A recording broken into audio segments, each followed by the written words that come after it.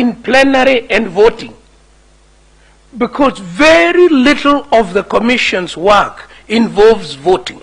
I believe that if we cure that misunderstanding of the Commission, the rest will follow. It will be quite clear that defined by the Constitution at that point.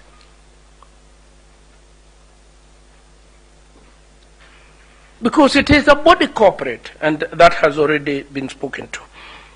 Let us come to this last point about how did the Commission break apart? Again, I don't want to belabor this point because the learned court itself has raised this issue.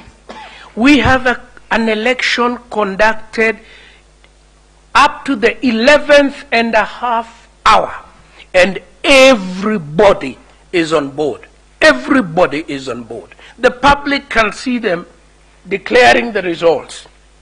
What is this that happens within the half hour?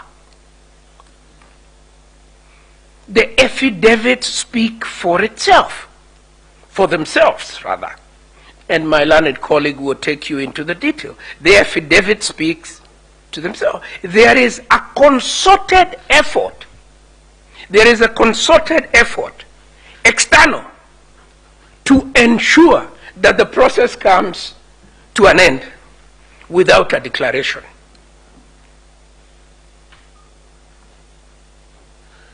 So the sanctimonious, self-righteous, pompous pontification of the so-called 4 commissioners are an afterthought. They are a complete and total afterthought. And should be seen as that.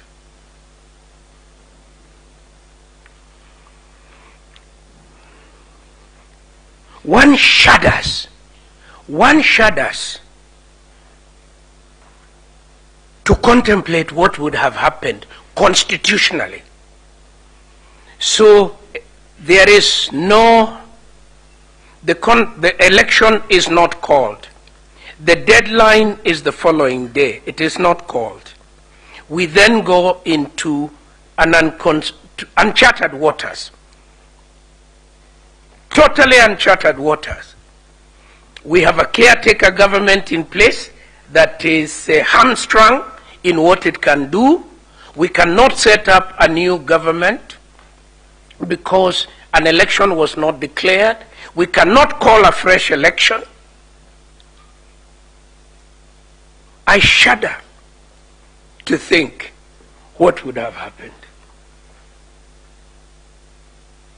I'm sure the court would share the same concern. And I want to say this before I sit down, my ladies and my lords. Integrity is not numbers. Integrity is not numbers. And that's why the great statesman said, I protest. I protest even if I do so alone. To do the right thing does not require you to be with the majority. It requires you to be with your conscience. I invite Mr. Kamau Karoli to address you on the issue of 183, and I thank you. Senior Counsel, before maybe you see it, we have received information that your side is going to present 2 videos and a PowerPoint presentation. The first video will take 4 minutes, the second video 14 seconds, and the PowerPoint presentation, which has 28 slides. We don't know how long it will take, but just to warn you that that is within your time.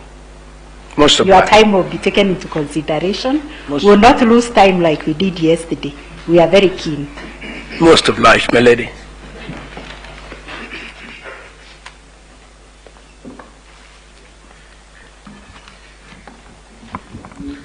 May I please, my lady, the Chief Justice and judges of this court, and good morning. My lady and my lords, I will be addressing you on mainly on the issue surrounding Article 138 of the Constitution. And my ladies and my lords, the reason why we are starting from there, and which is right about where my learned senior left it off, is that there are many allegations that have been made in this petition. In fact, that seems to be the main issue surrounding these petitions, regarding the manner in which the functions set out in Article 138.3 and 138.10 were conducted.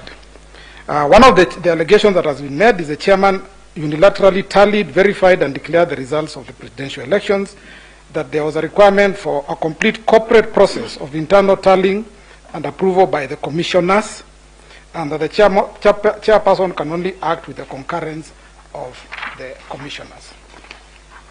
Now, it's my submission that the reason why these submissions are being made is based on a confusion that stems from a misunderstanding of the nature and character of the commission and the interplay between the commission, the functions bestowed on the commission, and those cast upon the chairman of the commission. So first of all, the question that comes up is, who is the commission? And my learned friend, Senior, has alluded to it briefly, but let me just make this distinction because it is important. The commission, IBC commission, is established like all the other independent commissions under the provisions of Article 250 of the Constitution. But more importantly, and this is the distinction that I think is important to draw, if you look at what Article 250 talks about, 251 says each commission shall consist of at least 3 but not more than 9 members. The next one says the chairperson and each member of a commission, so that these commissioners are members of the commission, they are not the commission. So that where the law refers to the commission, it is not referring to the commissioners, but it is referring to the body corporate that my learned senior referred to, and which is established or under the provisions of Article 253 of the Constitution, which says that each commission is a body corporate with perpetual succession and a seal. So where in Article 138 reference is made to the commission, it is that body corporate that is referred to. And this is amplified by the provisions of Sections 11 of the IBC Act. My lords and my ladies, Section 11.2 of the Act establishes the Secretariat and the Commission, so that the Commission consists of the commissioners, the chairman and the commissioners, and the Secretariat.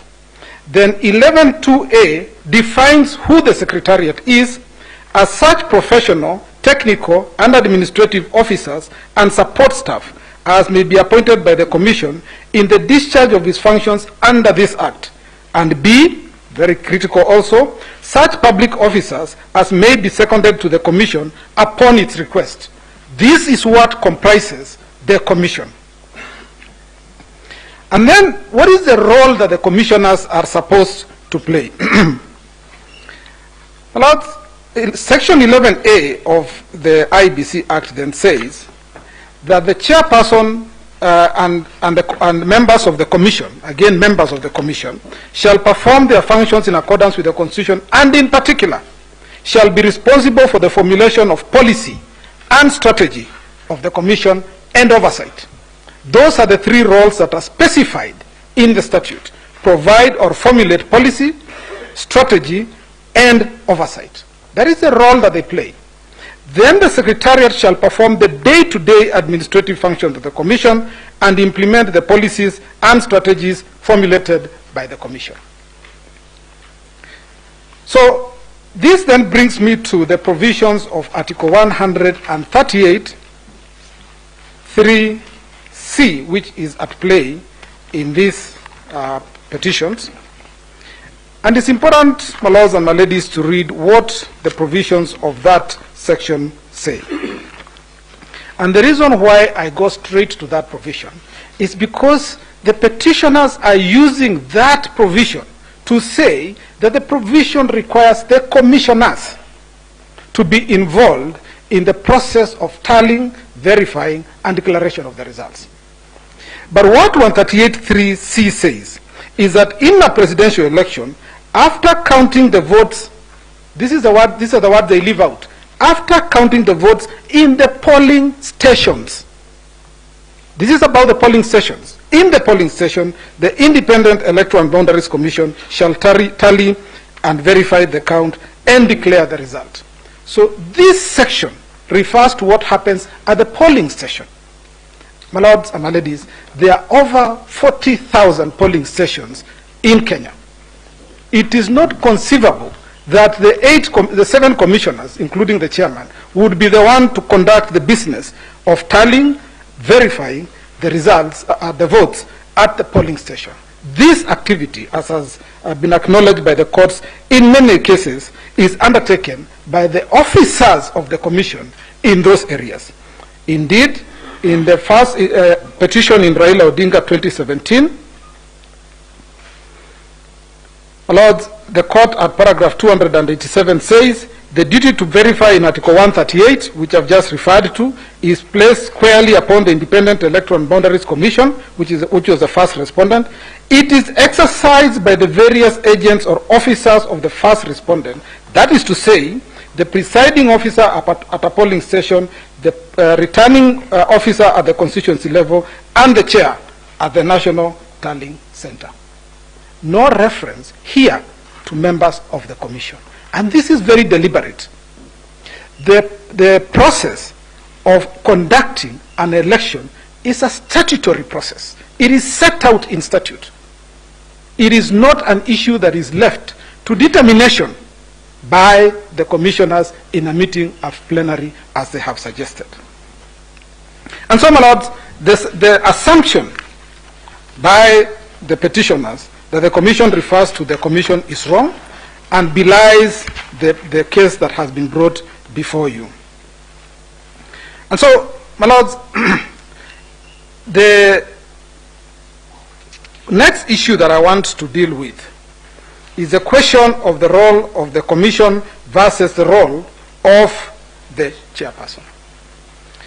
My lords, under Article 138(3)(c), as I've said, the role of the commission, not the commissioners, is just to tally and verify the results. Sorry, and what is important here is this. My lords, and to respond maybe to my learned senior Jan Mohammed, the results of the vote at the polling station are made on the same day. The decision as to who members or the electorate will elect is made at the polling station, and the outcome of the voting is determined on the same day. It is filled in Form 34A. It is pasted on the doors of each and every polling station. Now, the important thing here is that there is not a single affidavit or evidence that has been placed before you by anybody who says that the results that were pasted on the doors of every polling station, the Form 34A, is different from the ones that were announced or declared by the chairperson at the National Tallying Center. And this brings us to what the courts have said consistently, that the results as announced by the by the presiding officers at the polling stations are final. Once those results have been declared, the voter knows that in my polling station, which had a maximum of 700 voters, the outcome of that vote was this candidate A got so many votes, candidate B got so many votes, and so on. So the result is known after the close of voting, when the counts are tallied by the presiding officers. And then, my lords, there is Article 138(10), which places an obligation on the chairperson to, within 7 days after the presidential election, to declare the result of the election. Now, my lords and my ladies, there is nothing strange about the provisions of Article 138(10). Declaration of the result, as was held in the Joho case, declaration of result is done in 3 stages. The first declaration is done at the polling station. If the argument by the commissioners was correct, that the declaration requires to be approved, it would then mean that even the result that is declared at the polling station would require the consent of the commissioners. It would mean that the results declared at the constituency tallying center would require the consent or approval of the commissioners. It would mean that the results declared at the county tallying center would require the participation consent of the commissioners. That would introduce what this court has been avoiding all along, which is human interference with the process of tallying, verifying, and declaring results. And I'll just discuss a few cases that show why these considerations are important, and I'll start with the case of Maina Kiai. My Lord, in that case, the court stated that, my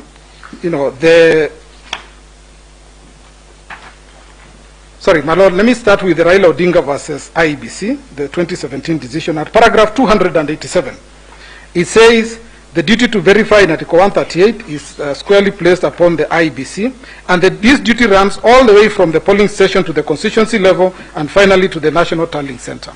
There is no disjuncture in the performance of the duty to verify. It's exercised by various agents, that is to say the presiding officer at the polling station, the returning officer at the constituency level, and the chair at the National Tallying Center. Nowhere in that decision do you hear reference to members of the commission. It refers to specific officers whose duty it is to verify and declare the results and the transmitted ones. Now, the chair, again, plays a critical role in this whole process. In paragraph 365 of the same judgment, this court said that the chair has the duty of receiving the Form 34A as received from the constituency returning officers by signing the taking over section of Form 34B. It is his duty to do so. And then, my lords and my ladies,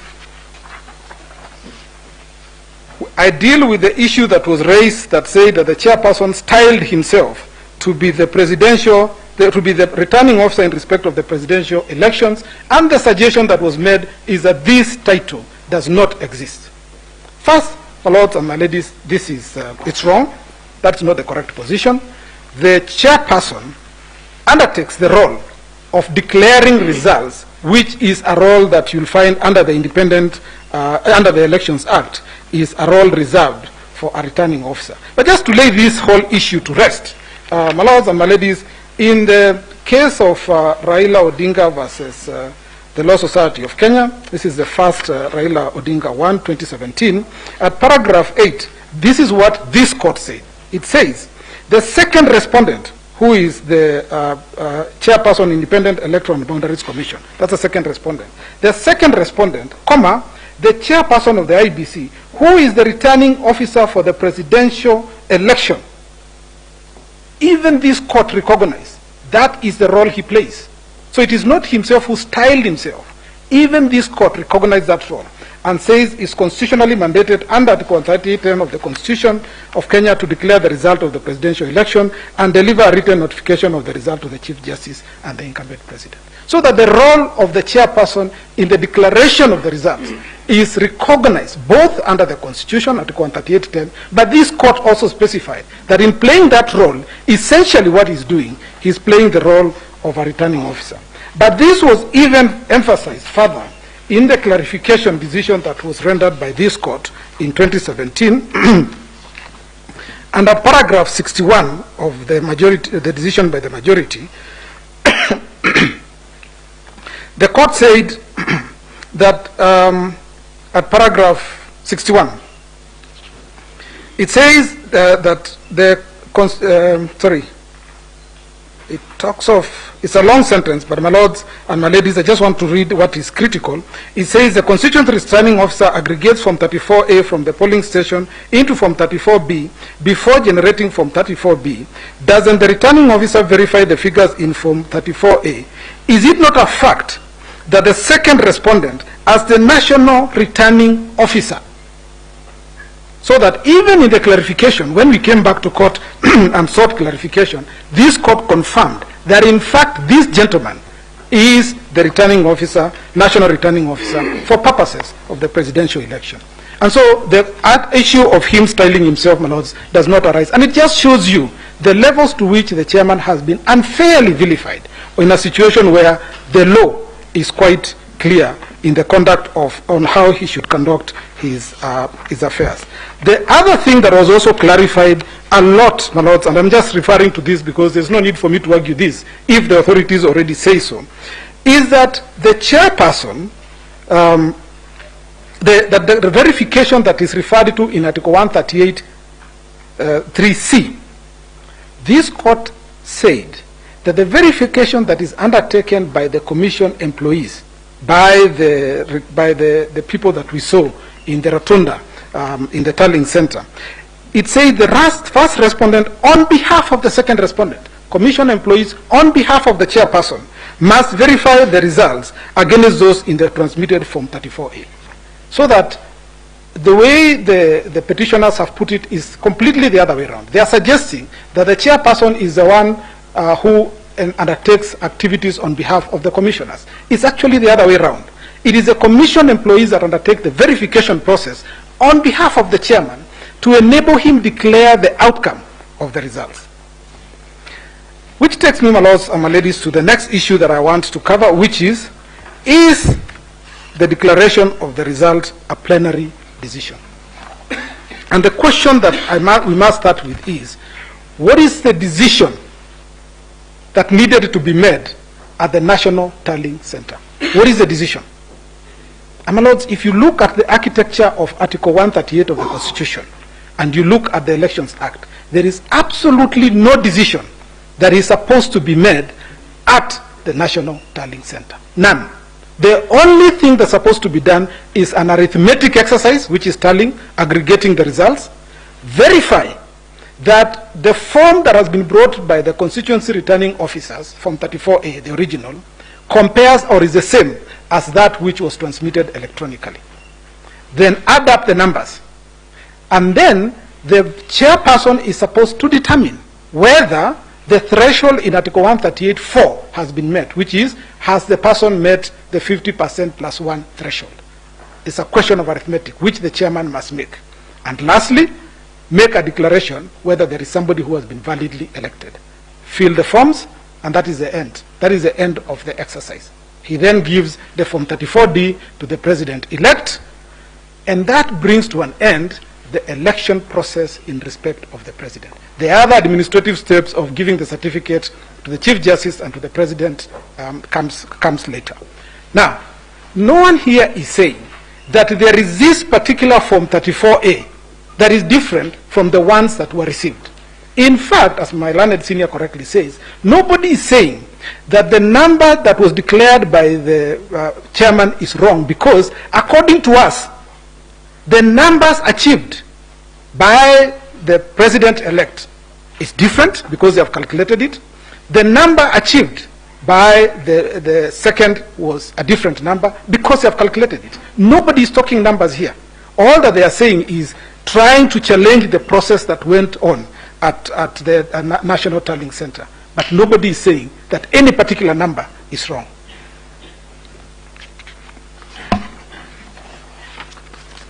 And so, my lords and my ladies, the suggestion that we should have a plenary conversation about the result would one that would cause huge ramifications to this country. Because what would happen if after the elections have been conducted and completed, commissioners, for whatever reason, take different positions and decide that they are not agreed on the declaration to be made, and that a declaration cannot be made until they all agreed?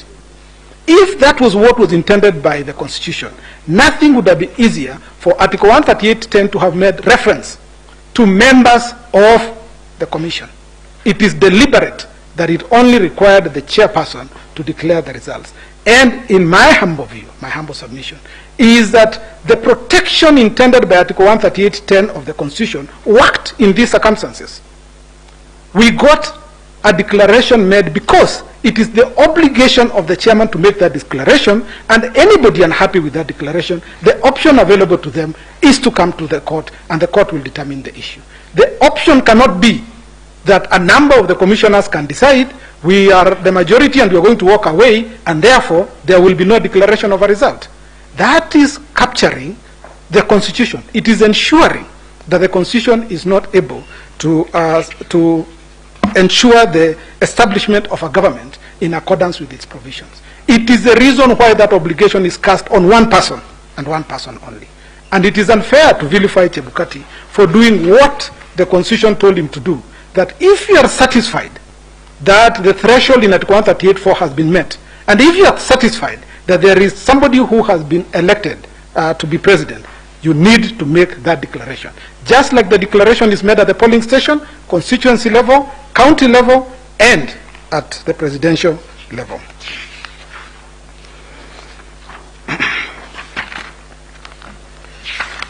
Lords, this then takes me to the question of, and I don't want to spend a lot of time here, I will just gloss through it.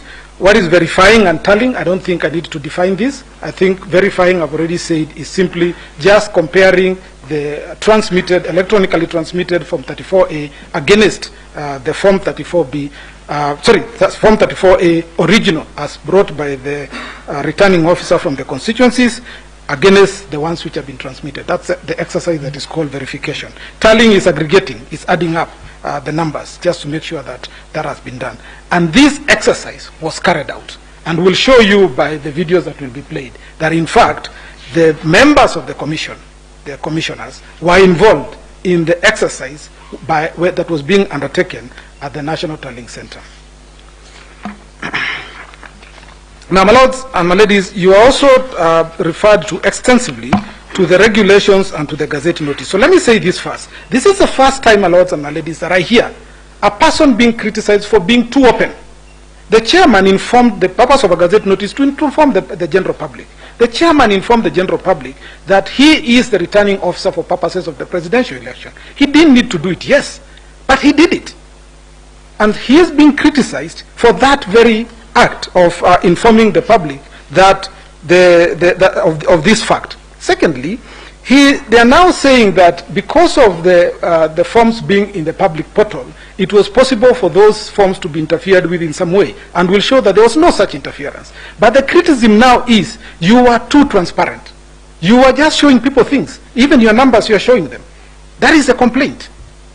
And my lords and my ladies, this court has gone to great lengths to say that under Article 10, transparency is an essential ingredient of governance.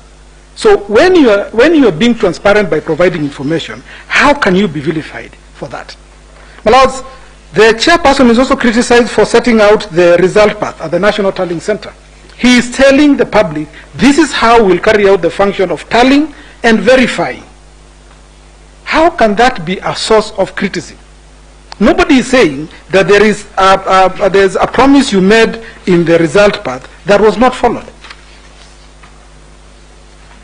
And my lords and my ladies, it's a humble submission that the process that was followed at the National Tallying Center, which is set out in the Gazette notice that I do not need to read out to you, was transparent, was verifiable, and was in accordance with the provisions of the Constitution. None of the agents that were involved and that signed the Form 34A has denied that they signed it. Nobody has come to challenge any particular document saying that it is not their document. And an interesting question was asked yesterday. How was a handwritten document to have been changed? In fact, by having it handwritten, it helps in ensuring that if there is any alteration, this is something that can be easily seen, because you can't change somebody's handwriting. And my lords, as I leave this point, it is also important to note that the agents of the presidential candidates, all of them, all four presidential candidates, their agents were at the National Tallying Center on the day. All of them. They participated in the process of tallying and verification. None of them has sworn an affidavit saying any of the numbers that were being, or the exercise that was being undertaken was wrong. None of them has picked a document, and they were allowed to take copies of all the documents. They were allowed to take images. None of them has complained about that process. Then we go to the issue of the 27 constituencies, and this makes me feel very sad, because, my lords and my ladies, as this process was going on the 15th of August, at about 3 o'clock, the whole exercise of tallying and verifying had been completed, and that is in the affidavit of Marjan and Professor Goulier. Members of certain political parties decided that it was time to stop a process that had already started. We all watched in horror on TV as members, some of them who were in this court, confronted the chairperson, threw down the pulpit where he was to announce the results, threw down chairs, assaulted the chairperson and the commissioners. In fact, Professor Goulier, the chairperson, and the CEO were injured. And we have attached documents showing the injuries that they sustained. And the intention was to stop the declaration from being made. Now, this is critical, my lords. Everybody has said why it is important that a government should not be established by means other than those set out in the Constitution. But equally, nobody should stop the process of the Constitution that result in the establishment of a government in accordance with its provisions. Stopping that process is equivalent to preventing the Constitution from being effected. It's a transgression against the Constitution. And it cannot fall from the lips of those people who tried to stop that process to come before you and say, the results of 27 constituents were not publicly announced, and yet you know, you are the one who precipitated a situation where there was disorder, there was chaos. And this chairperson and the members of the commissions were now in fear for their lives. How do you tell them to still turn up and come and undertake an act that you have prevented from happening? And my lords, in the second petition filed in 2017, and my lords, at this time also remember, this is a time when one of the officers of the commission had been, one had been abducted, the other one had disappeared and feared to be dead and turned out to have been murdered in any event. This is the situation that was prevailing at that time.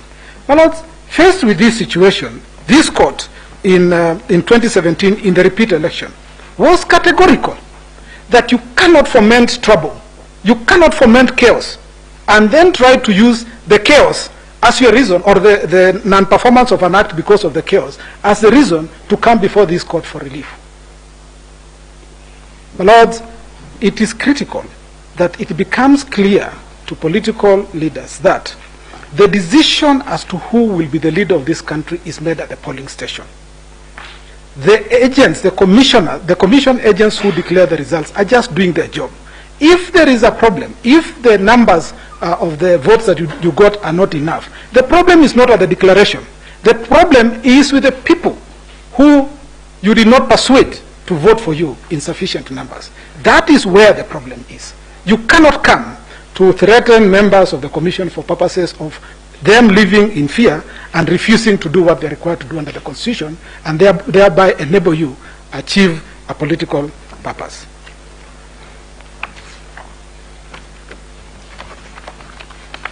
And so, my lords and my ladies, the 27 constituencies, the critical point is, the results from those constituencies were tallied, were verified in accordance with the provisions of Article 138(3)(c).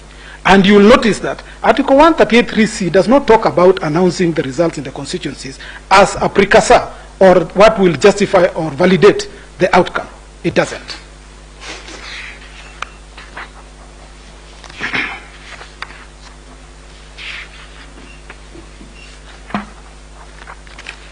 Lords, the next area that I just want to quickly go into, and I will just mention this in passing, the purposes for which we come to this court is that once they have made a decision, we don't revisit it. The question of the rejected votes, which I had been referred to yesterday, was determined in 2013. In 2017, Raila won, 2017, the issue again was raised, and this court said with finality that the only votes that will count are those votes that are valid. It's just valid votes.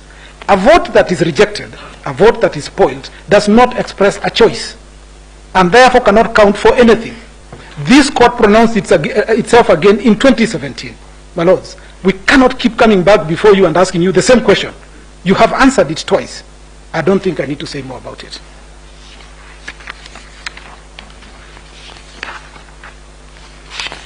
The last item that I just want to deal with is the issue of constitutionality of certain regulations, which was raised by one of the parties.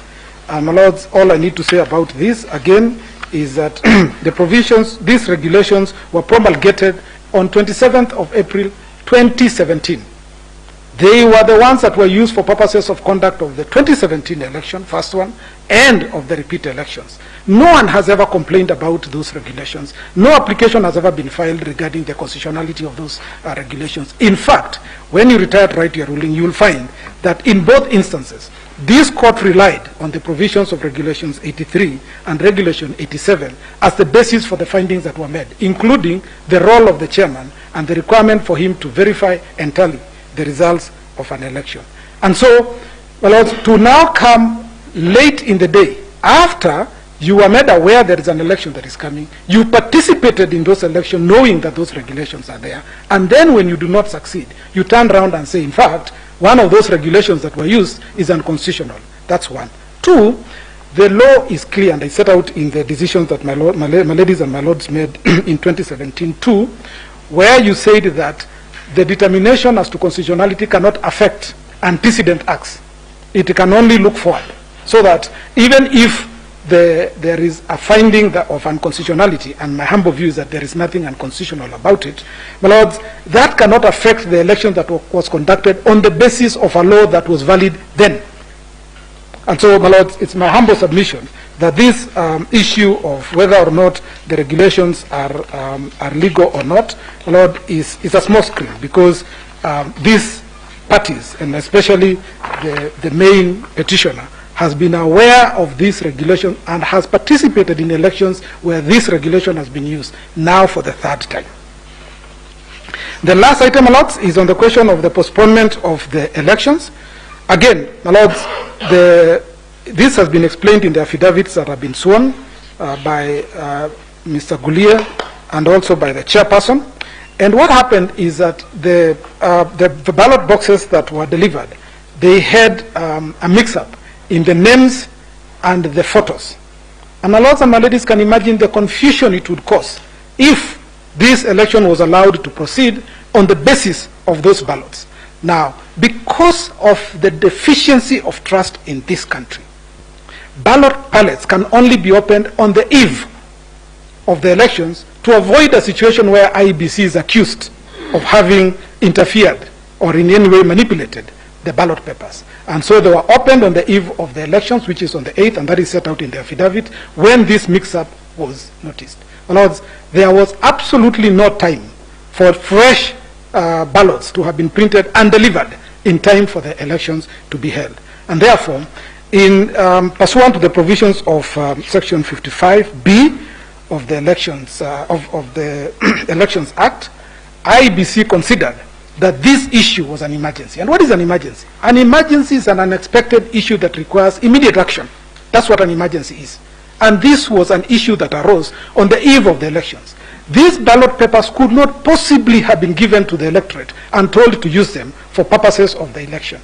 And it is for that reason that IEBC, for purposes of securing the rights under Article 38 of the Constitution, decided to postpone the election to give the electors the opportunity to use the proper ballot papers for purposes of this election. And the mix-up was admitted by the printer. And what the printer did is that they agreed to print those ballot papers afresh at no cost. Now, my lords and my ladies, if we had used those ballot papers, obviously, we could not have been able to get a reprint at no cost. And secondly, for sure there would have been a petition on the basis that there was confusion arising from the mix-up in the images and the names. And so the postponement of these elections was justified in the circumstances. My learned friends dwelt at length on what the chairperson is alleged to have said in a public statement. My lords, these are newspaper reports that are given from time to time. And the important thing is, what does the law say in situations such as this? Does the IEBC have the power to postpone the elections? And the answer is yes, because it secures and protects Article 38 rights. My lord, The second issue that, and this is the court will take judicial notice of this, is that there was ongoing litigation in Mombasa regarding the gubernatorial seat. And this litigation went on up to close just before the elections were concluded. And so, my lords, again, this caused delay in terms of the timing of when those ballot papers would arrive. So, my lords,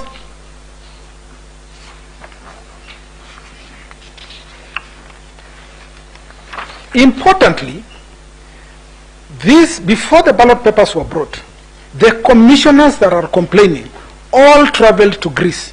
All 4 of them traveled to Greece to review and see how the printing was going on.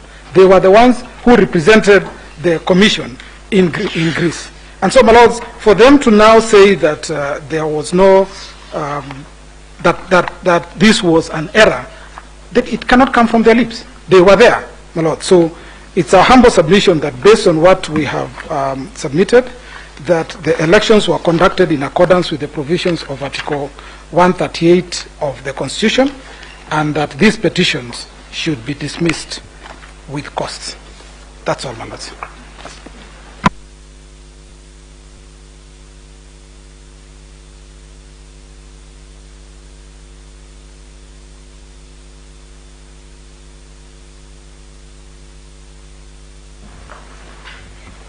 May it please you, my ladies and my lords. For the record, my name is Eric Gumbo.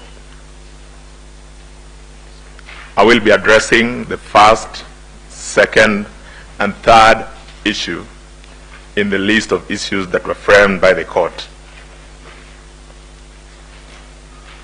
My ladies and my lords, I will, in addressing you on those issues, rely on the affidavits of Michael Ouma, dated the 26th of August 2022, and rely on the affidavit of one Martin Wachira Nyaga, dated the 27th of August 2022, and the affidavit of Hilda Kavonga, sworn on the 27th of July 2022. So coming to the first issue, which is whether the technology deployed by the IBC for the conduct of the 2022 general elections met the standards of integrity, verifiability, security, and transparency to guarantee accurate and verifiable results. I will take a few moments to demonstrate how the technology that was deployed in the just concluded elections then met those constitutional imperatives. As a starting point, my ladies and my lords, we may want to ask ourselves, what exactly is this technology that we are talking about? And in answering that question, perhaps a bit of context would be of help. In the period just before the 2007 elections, when we still were dealing with the defunct Electoral Commission of Kenya, the legislative provision then, the equivalent to our Section 44, was worded in very loose, perhaps permissive terms.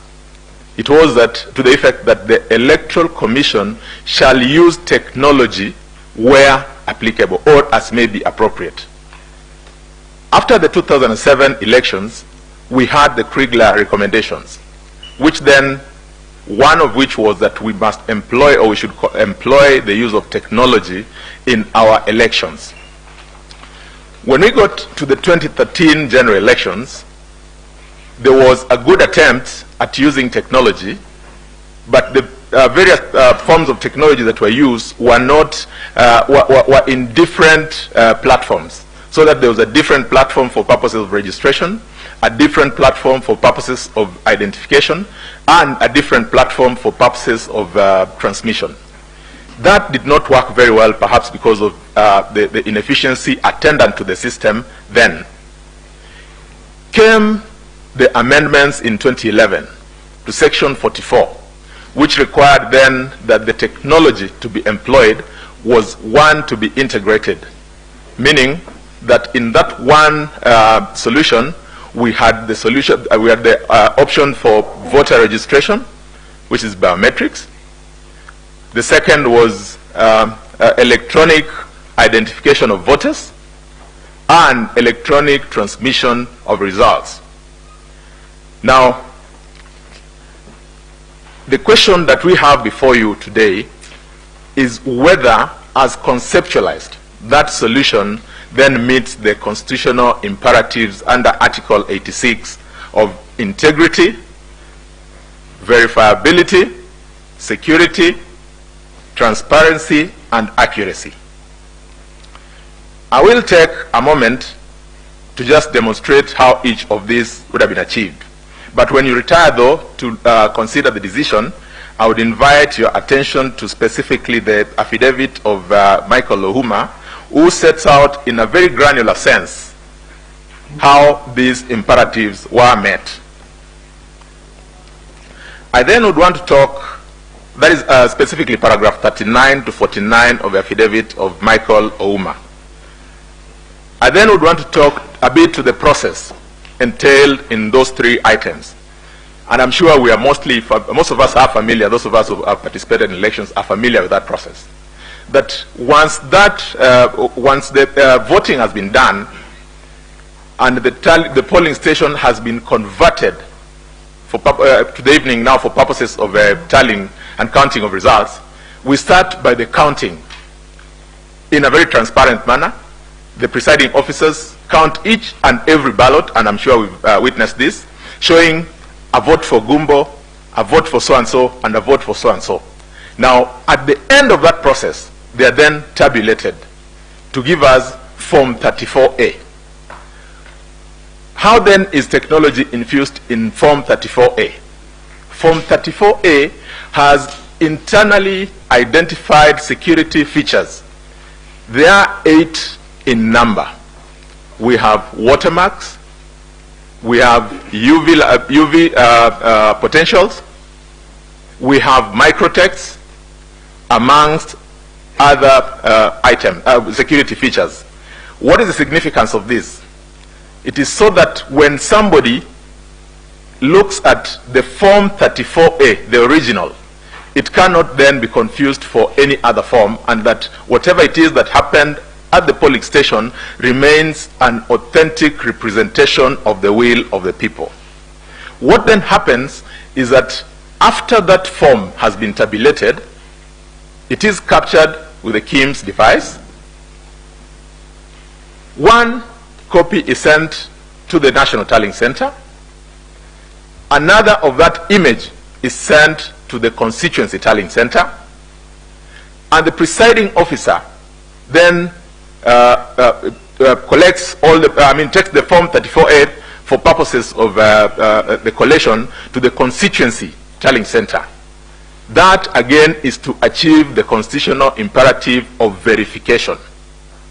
When we get to the Constituency Tallying Center, the returning officer has a back-end access to be able to load their Form 34B and transmit it to the National Tallying Center.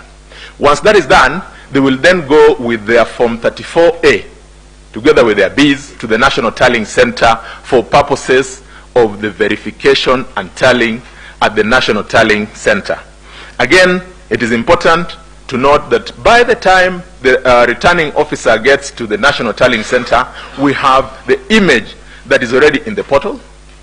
When they get there with their original form, an opportunity is then presented again for verification,